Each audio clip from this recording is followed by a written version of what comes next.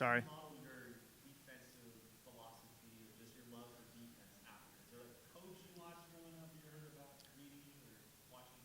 Yeah, great question. I think, we try to pick some from everywhere you've been, right? Started a long time ago when I was a college football player, played for Coach DeBoer, Kalen DeBoer, and then Chuck Morrell was the defensive coordinator there.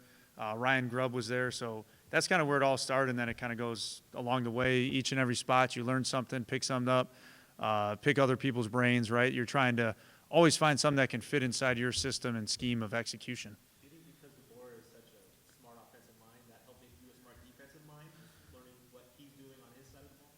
I mean, there was so many things you learned from those guys. I mean, a tremendous person, tremendous coach, bigger than the X and O's of, I mean, those guys were the leaders I looked towards when I was a college football player at a small NAI school. And so the lessons you learn from those guys have carried me throughout the entire, course of my career. So over a year ago, Fresno State offers you the DC position, and Kalen DeBoer was the head coach here. Does that factor in at all with why you use this stop or school to help build your career? I think number one was Coach Enser, our head coach, and what he's about as a family, as a leader, and as a person. I think that was, number one, the most important aspect of everything. And he's been a successful defensive coordinator, a successful head coach at every place he's been. And so that was one thing that really intrigued me. And then obviously Kalen was someone as a leader that you look up to, as a mentor, right, and speaks so highly of this place and the area and the community and the Red Wave. I'm just trying to think, how did Fresno State get lucky to get a defensive coordinator like you, who was top at Northern Illinois, you had a top defense at Fresno State, top 10 in the country? Last question for you. What do you think made this defense a top 10 unit in the entire nation last year? Yep, and so, obviously that was in the past, right, and we're going forward of what we want to do, this season. But I think, number one, it's our head coach, what he does and leads the vision and direction of the football program. Number two, it's our players. Those guys are the ones on the grass. They're the ones making the plays. They love the game of football, not just on Saturdays, but each and every day in the summer, in the winter, when no one's watching. And then number three, I think it's our defensive staff. I mean, we have a lot of great guys on the staff. Two of them were at Northern Illinois with us. Coach Bresky, we worked with at 4 schools.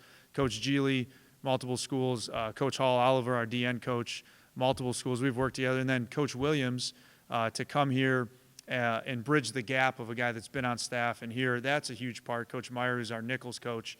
Those guys are all guys that can be coordinators. It's not just a collective group of, it's not one person. It's all of us in the building, making sure none of us are as great as all of us. And I think that's what, if you look back at it, those are the building blocks that we need to reestablish, this season and going forward each and every time we step on the football field for competition.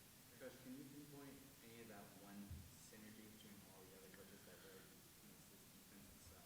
Is there one thing that you guys all have in common? I think we're all here for the players, right? What matters is we have great teachers, and I think that's a big thing of, as a college coach, like you have to be able to communicate. You got to be able to teach the guys. It's not what I know. It's what the players know. They're the ones out there making the plays. And if I can help them understand the game of football at a higher level of how, our special teams coordinator says it, first step football. How can you win first step football? How can you gain a step on a guy that you're going against? And that's what we try to do as a coaching staff. But I think we're all in it for the players. I think that comes from our head coach on down. What do you see the most about your defensive group, like in terms of their football IQ and just that level of understanding?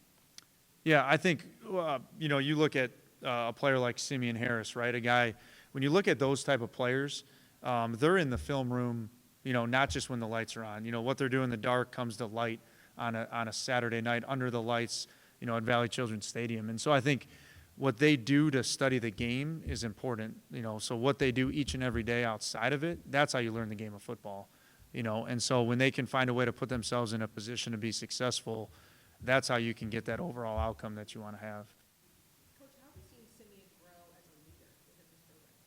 Yeah, I think, leadership is influence, nothing less, nothing more, and I think what he does is he exemplifies that each and every day. If you want to be a leader, you got to be the hardest working person in the group, right? And he does that. And same thing, you're going to see other guys here today. Those are all great leaders that are the hardest working players on the team. And so what he does, he's in there first thing in the morning early. He's the first one in, last one to leave, and he loves the game of football. And so I think that's the leadership piece that you see the interception, you see the PBU, you see the TFL, all great things. But what that guy does to help the younger players out, what he does to help the next guy in, right? Those are the things that I think makes him a great leader. Do you have any expectations of growth in the defense this season? Yeah, for sure, right? I think everything worthwhile for us is uphill. It's a new league, new, lights, a new step in the direction of a bigger brand for Fresno State, which is exciting, right? And so what happened last year was in the past, and what happens now is how we go about our daily process to be successful. And each and every play has a life of its own. And I think we're not trying to compare things. We're just trying to be our best. And so, example like, inch by inch, life's a cinch, yard by yard, it's hard.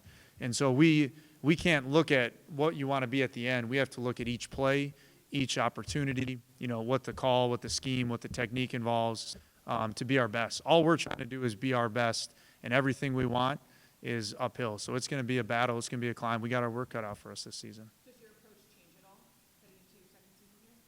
I think, we have a process of how we do it, right? So that process is always, you're always trying to tweak it. You're always trying to develop it. I mean, that's as a teacher, right? And as a coach, you're always trying to take that next step. And how can I communicate to the players that way? But the approach is the same. I think the one benefit now in year 2 is we have older guys that can teach younger guys, scheme and technique. I think that's a difference. So year 1, and we had a lot of great players that stuck around here, guys that came in.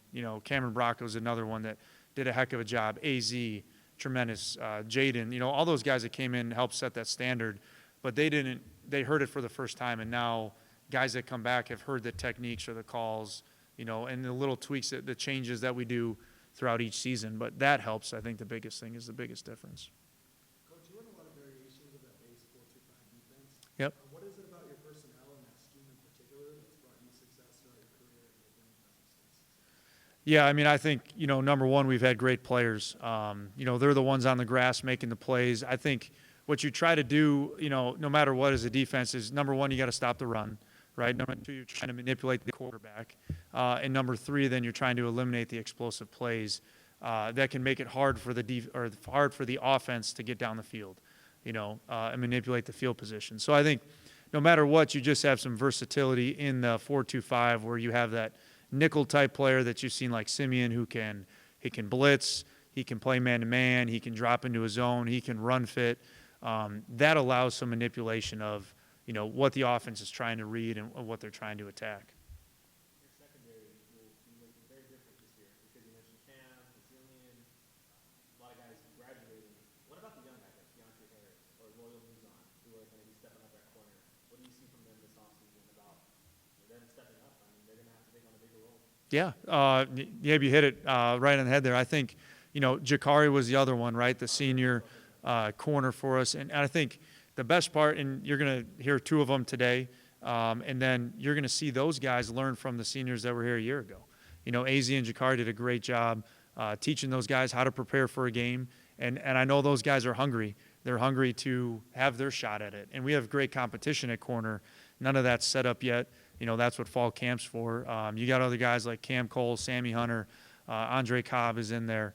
The guys that are competing, for that spot to see who can step up and go. Those, I know they're ready to roll, and I know they've been itching. They were itching a year ago. And they've done, the sum up those guys is they give, they live, breathe, and die college football. So those guys come in the meetings, they're ready to learn, they're ready to go to that next step, and that's what's really exciting about teaching those guys. What would you rather have as a DC, a lockdown corner or a stud pass rusher? Well, those are also the 2 most high-paid positions in the NFL, so you hit both of them right there. Man, that's a tough question. I think, number one, the closer you are to the football, the more disruptive you have to be. And you got to have a corner. I don't think you have a great defense if you don't have both. Yeah, I mean, I think you need to have both of those spots to manipulate it. And I think you can do – I don't think you can pick one or the other. That's a tough one right there. Pass rusher helped us win championships. There's one for us a few years ago that Yeah. was instrumental for them winning the title. And I'm curious, is the pass rush where you wanted it to be last year? And if so, or if not, then what would you want to see from them Yeah, I think to answer that, it's more disruption is production, right? Sometimes it's going to end up an interception. Sometimes it's going to end up a sack. It really depends if the quarterback puts the ball at risk or not. And so sometimes, yes, there's more sacks than you get interceptions this season. Sometimes there's more, vice versa. There's interceptions and no sacks. And so can you make the quarterback off his rhythm? And I think, at a DN's position, the more you can affect the ball, the better. And I will always resort to answer your question before. I mean, I'll always take the D lineman because, without a defensive line, you don't have a good defense. You got to be able to stop the run and manipulate the quarterback, and those are two things that they got to do. You don't have Quinn anymore, but that D line does have Sonny Zephyra and Dejan Mafit up the middle. So how big is that interior defensive line going to be to just set up overall what you want up front? Yeah, huge, right? Coach Geely does a outstanding job with the D line and what he does every day. Coach Hall Oliver as the D end coach and manipulating the quarterback and attacking the offensive tackles. But those guys from Sonny to DJ to Martin to Jayzon Jacks, right? Just to name a few, those guys are huge in order to make the quarterback off of his timing and rhythm, right? Like sometimes you're like, oh, that's a great defensive call. Well, really it wasn't. It was just because DJ beat the block of the offensive guard and made it look sweet. And so I think those guys are the guys we're going to have to lean on. We have a good depth at D-line where you got to be able to rotate multiple players in to keep them fresh because you can only take so many reps at D-line. You can't take every rep in a game. And so, You guys against USC, though, having the rotating defensive line against obviously what USC has up front.